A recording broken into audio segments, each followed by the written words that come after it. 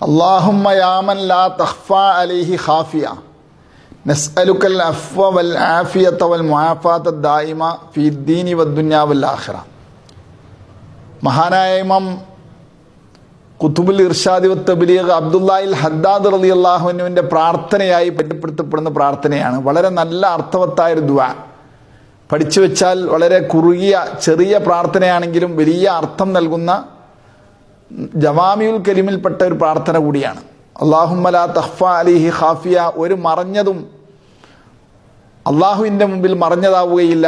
അങ്ങനെയുള്ള റബ്ബേ, നസ്അലുക്കൽ അഫ്വ വൽ ആഫിയത, മാപ്പിനെയും സൗഖ്യത്തെയും നിന്നോട് ഞാൻ ചോദിക്കുന്നു. ഫിദ്ദീനി വദ്ദുന്യാ വൽ ആഖിറ, ദീനിലും ദുന്യാവിലും ആഖിറത്തിലും എന്നർത്ഥം വരുന്ന നല്ലൊരു പ്രാർത്ഥനയാണ്. പഠിച്ചു വെക്കുക, ഉപയോഗിക്കുക. പ്രത്യേകിച്ച് സുജൂദ് പോലുള്ള പ്രത്യേക സന്ദർഭങ്ങളിൽ നമുക്ക് നല്ലൊരു ദുആയായി ഉപയോഗിക്കാവുന്നതാണ്.